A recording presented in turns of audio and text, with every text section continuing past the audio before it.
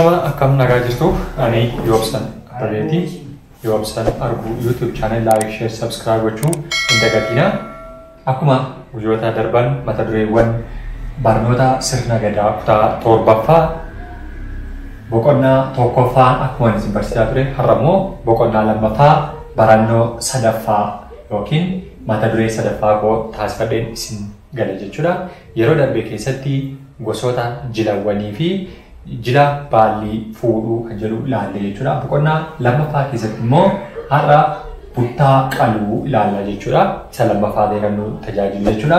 Buttaa qaluu jechuun sirna gadaa keessatti buttaan yeroo lama qalama yookiin gogeessi sirna gadaa yookiin miseensi sirna gadaa yeroo lama kan inni buttaa qaluu danda'u jechuudha. Buttaa qaluu jechuun loon korma akkasuma loon huuqqattuu yookiin immoo reettii kan qalan taati.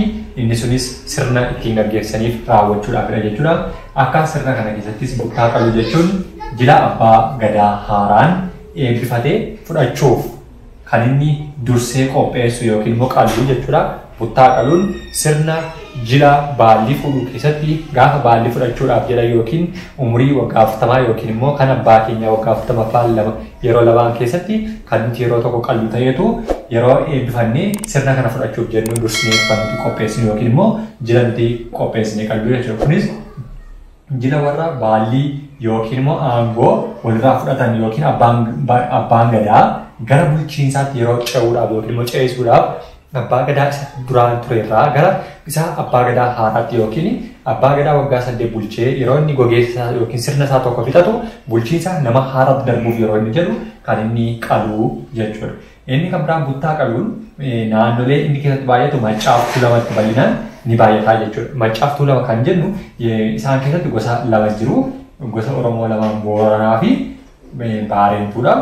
Isaan keessaa immoo ijoollee Booranaa kan ta'an eenyuun kan isaa fudhannaa Maccaa fi Tuulama keessaa fudhannaa jechuudha. Maccaa fi Tuulama keessatti bal'inaan sirni kun ni gaggeeffama. Inni kam buttaa qaluuni jechuudha. Kanaaf bal'inaan haa gaggeeffamu malee naannolee hunda keessatti ni gaggeeffama. Garuu bal'inaan Maccaa fi Tuulama keessatti bal'inaan kan inni raawwatamu yookiin immoo gaggeeffamudha jechuudha. Innis namni tokko jireenya isaa keessatti yeroo meeqa qala jenneera yeroo lama qalaa jechuudha. Buttaa yeroo tokkoffaa yeroo kana baasaa yeroo tokkoffaa immoo lammaffaa kan isaa qalaa jechuudha. Kanaaf buttaan yeroo lama qalamuutiin sirna gogeessi sirna yookiin miseensonni gadaa garee gadaa keessaa bahanii fi gadaatti lixan gaggeessan jechuudha. Inni kan biraan namni tokko miseensi gadaa tokko buttaa kan qalu 40 abbaasaatti yookiin immoo kansaa yookiin kansaatti yookiin ansaa fi kan abbaasaatti deebi'ee kan inni qaluu danda'udha jechuudha. Inni kan biraan sirna buttaa qaluu keessatti gadaan shanan gadaa kanneen jennu jiru. Shanan gadaa odaa shanan odaawwan kan nuti jennu jiru yookiin shanan Oromoo kan jedhaman jiru. Isaan keessaa shanan gadaa kan jedhaman jiru jechuudha. Shanan gadaa kana guutuu qabaa jechuudha namni tokko. Shanan gadaa kana nuti jennu tokkoffaan meelbaadha. Lamaffaan mudannaadha. Sadaffaan kilooleedha. Arfaffaan biifoolee. Shanaffaan michillee jedhamu jechuudha. Warreen kun warreen shanan gadaa jedhamanii beekamanidha. Shanan gadaa kun immoo tokkoon isaanii marsaa 8 qabu. Marsaa 8 yeroo qabaatan meelbaan 8 mudannaan waggaa 8 kiloolee waggaa 8 biifoolee waggaa 8 fi michillee waggaa 8 qabu jechuudha. Waggaa 8 kun immoo 8 baay'isuu 5 jechuudha. 8 baay'isuu 5 walqixa 40dha jechuudha. Kanaaf buttaan yeroo meeqatti qalama waggaa 40 abbaatti illee yeroo tokko ni qalamaa jechuudha. Kanaaf buttaan waggaa 40tti naannee dhufuuf maroo 5 qabaa jechuudha. Marsaa 5 naannee yeroo tokko kan inni gahudha jechuudha. Tokkoon isaanii warreen kanaadha. Meelbaan waggaa 8 bulchee gaafa inni xumuru mudannaan itti fufee waggaa 8 bulchaa jechuudha. Akkasuma kiloolee waggaa 8 biifoolee waggaa 8 michillee waggaa 8 bulchaa jechuudha. Tokkoon isaanii meelbaan gaafa mudannaatti dabarsuuf jedhu mudannaan dhufee meelbaadhaaf buttaa qaleetu sirna kana fudhataa jechuudha. Akkasuma kilooleenis mudannaadhaaf qaleetu biifooleen kilooleedhaaf qaleetu michilleen biifooleedhaaf qaleetu sirna kana raawwatu. Kun immoo waggaa 8 isaanii fudhata jechuudha. Kanaan sirni kun ni gaggeeffama jechuudha.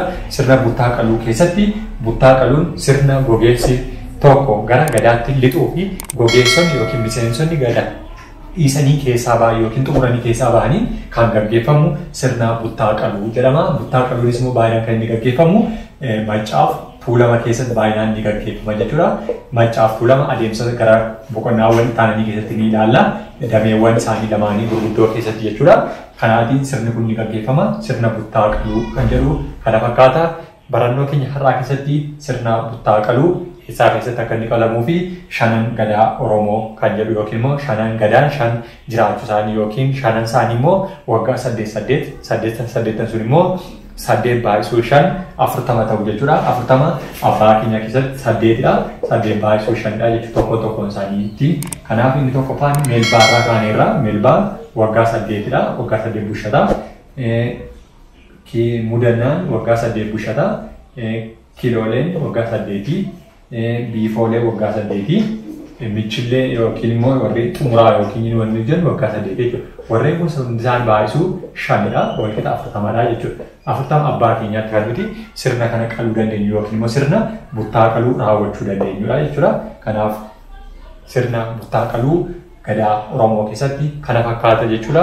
Mata duree biraa keessatti ammoo walitti deebinutti warreen YouTube koo like, share, subscribe godhe subscribe gochuudhaan nama hordofuu dandeessu. Gaaffiiwwan kan isin ta'e jiraannaan immoo jalatti naaf barreessuu hin dagatinaa.